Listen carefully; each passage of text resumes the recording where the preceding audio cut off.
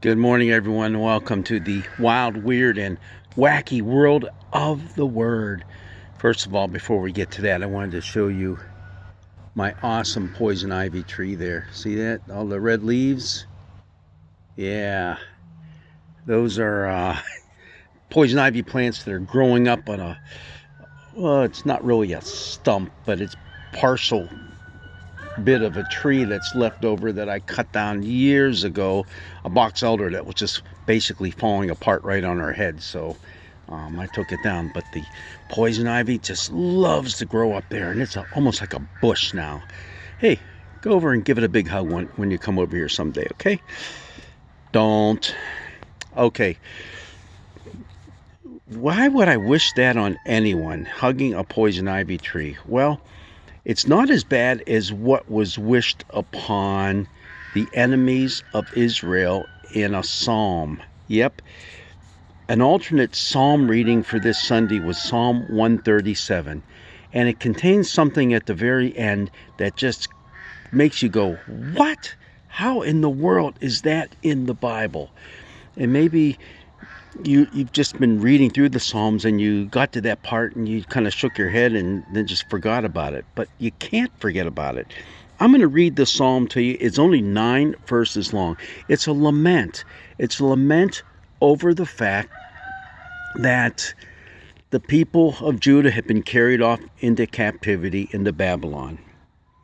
By the rivers of Babylon, there we sat down and there we wept when we remembered Zion. On the willows there we hung up our harps. For there our captors asked us for songs, and our tormentors asked us for mirth, saying, sing us one of the songs of Zion. How could we sing the Lord's song in a foreign land?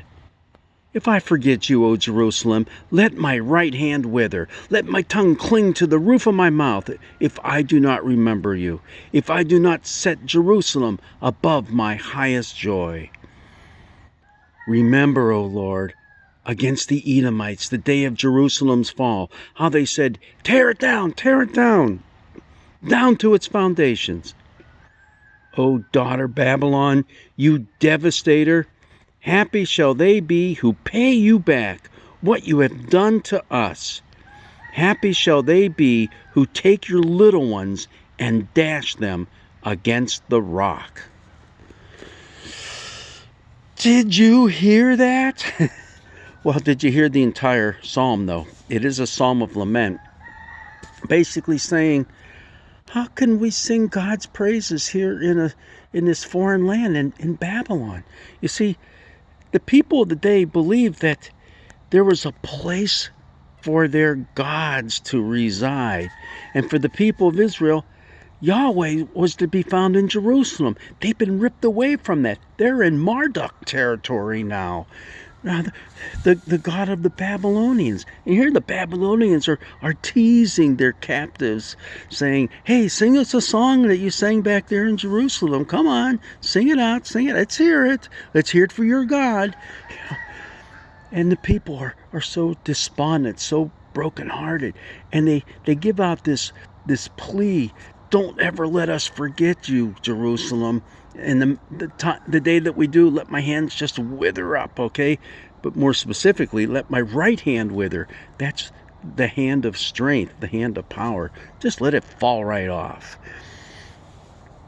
But it's what comes at the very end. First, there's the injunction in which they're talking about the Edomites. Remember, O Lord, against the Edomites? What do they have to do? It's the Babylonians that took us into captivity. But the Edomites joined up with the Babylonians. And so that's why they're being called to task as well. Don't forget them, O God. But happy shall they be who take your little ones and dash them against the rock.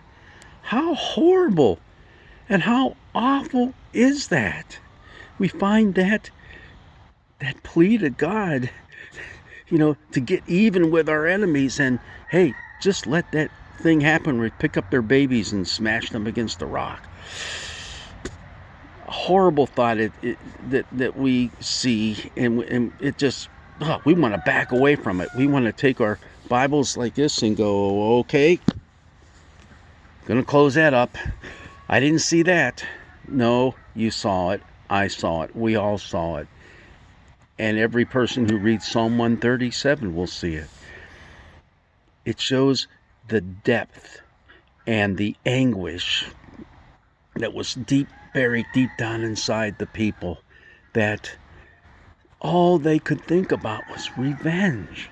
Revenge, getting even with those who now had ripped them away from their homeland into captivity. And who knows what horrible things their captors had done to their young ones. Yep. It's there, folks. This is a lament. It's a cry for help, a cry for justice, a cry for God to rescue them from this horrible situation, and a cry for vengeance. Sometimes when we cry out to God, especially if you've been wronged, don't you have those feelings of vengeance inside of you? Don't you want to get even as well? I think if we're all honest with ourselves, yeah, we've been there. We've done it. The Israelites were there, and they cried out those same thoughts. Wild, weird, and wacky stuff in the Bible. Brutally honest stuff in the Bible. It's not hidden from our eyes. And maybe it has been for too long. Time to open up this book, read it, and see what's going on in there for ourselves. Realizing that, hey, you know what? Let everything be known to God. Doesn't God already know what's in our hearts? You bet. You bet. Just let it out, because in letting it all out, then can come healing. Then can come a word of hope that resides in our hearts.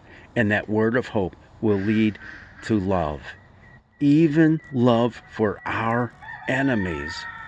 Is that not what Jesus said? Love your enemies and pray for those who persecute you? Yep. And sometimes part of that process is letting our feelings, our gut emotions out, so that we can let God deal with those in our personal lives. God's blessings be with you, and enjoy this wonderful autumn day.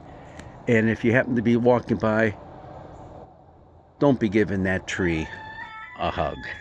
Blessings be with you.